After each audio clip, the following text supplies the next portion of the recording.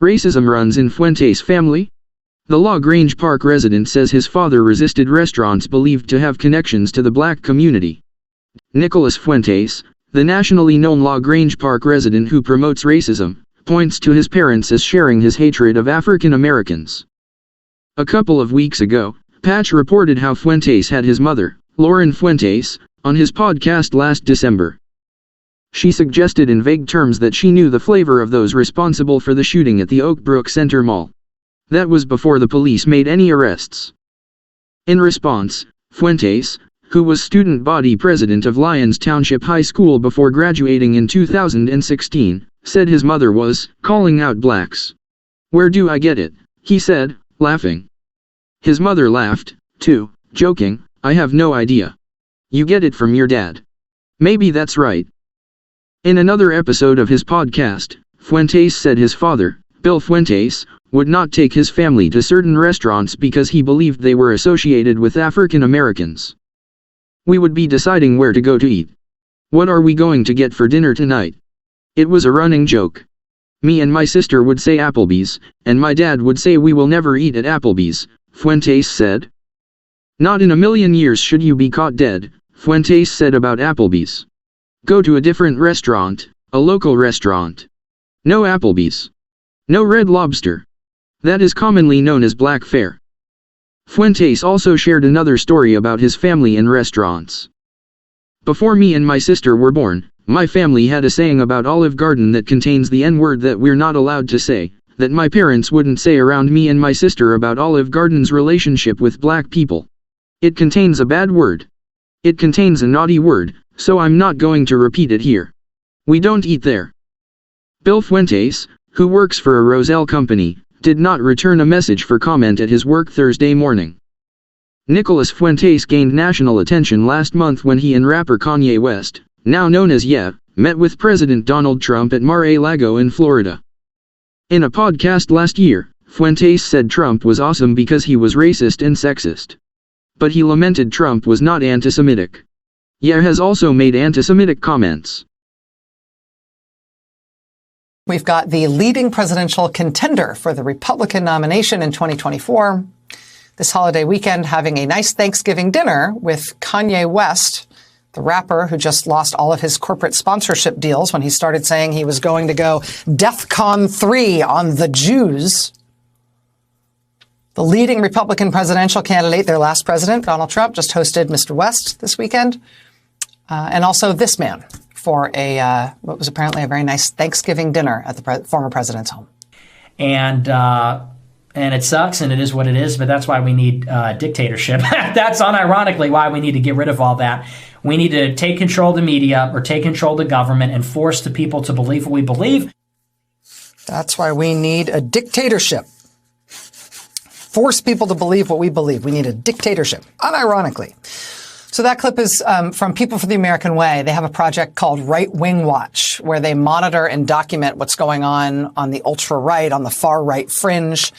And that's a great public service all of the time. I'll tell you, it becomes a fire alarm system for the whole country when someone from that fringe, someone from that far out on the political spectrum, ends up having a Thanksgiving dinner with the Republican Party's leading candidate for president. Here's the pathway. We have one more election where white people can make the decision.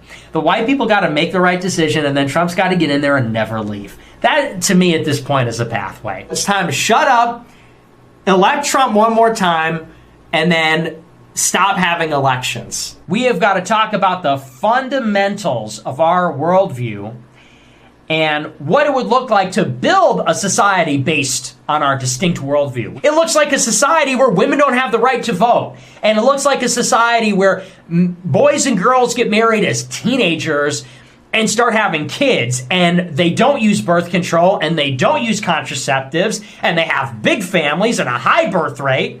And it looks like women wearing veils at church. And it looks like women not being in the workforce. Banning gay marriage is back on the menu. Banning sodomy is back on the menu. Banning contraceptives is back on the menu.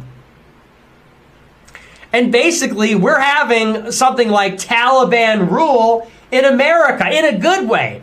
we're having something like a Catholic Taliban rule in America. Who cares? You know, enough with the Jim Crow stuff. Who cares? Oh, they had to drink out of a different water fountain.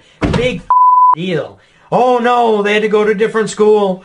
Their water fountain in that famous picture was worse. Who cares? Grow up. Drink out of the water fountain. It's water. It's the same. You know, and, you know, even if it was bad, who cares? Who cares? It's better. It's better in general. We all agree. It's better. It was better. Jim Crow, segregation, it was better. Almost all of that was posted by People for the American Way, their project Right Wing Watch, which monitors stuff like this on the far right, which is usually only of interest to people who study the far right, but it suddenly becomes totally relevant to everyone else in the country when a guy like that suddenly ends up invited to the home of the Republican Party's leading presidential candidate to have a private Thanksgiving dinner with him. That guy and former President Donald Trump.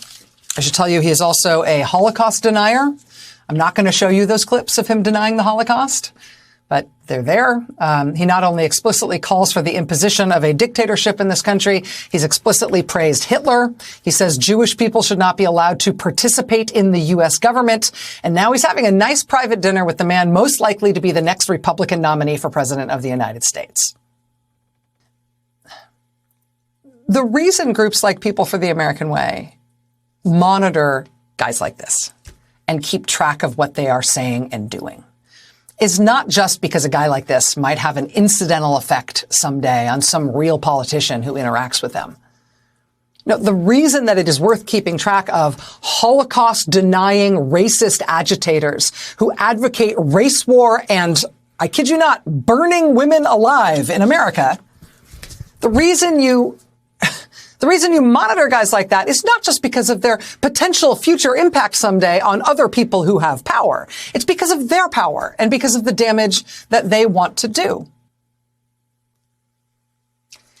It is hard to have regular, everyday, normal politics alongside this kind of politics too. But that's where we are.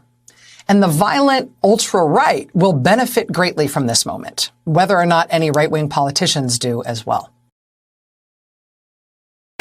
Nick Fuentes, I never heard of the guy, but he's a 24-year-old virgin who was one of those very fine people on both sides. And that wasn't a joke. In Charlottesville. He's one of these great replacement theory guys who says Jews and other minorities are trying to wipe out white culture. He's an election denier. He's an anti-vaxxer. He's all the bad things. But I think this, more than anything, sums this gentleman up. What, people calling me gay because I've never had a girlfriend? I think if anything, it makes me less gay. Never having a girlfriend, never having sex with a woman, really makes you more heterosexual. Because honestly, dating women is gay.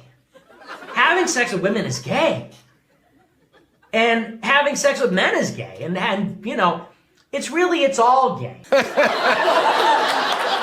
That was the Christmas episode, by the way.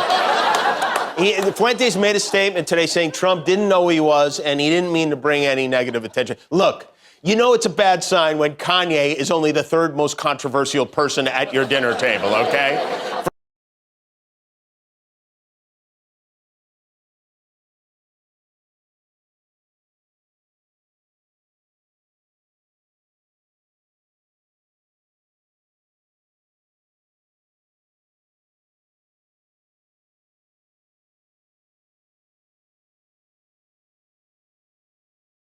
How's it going?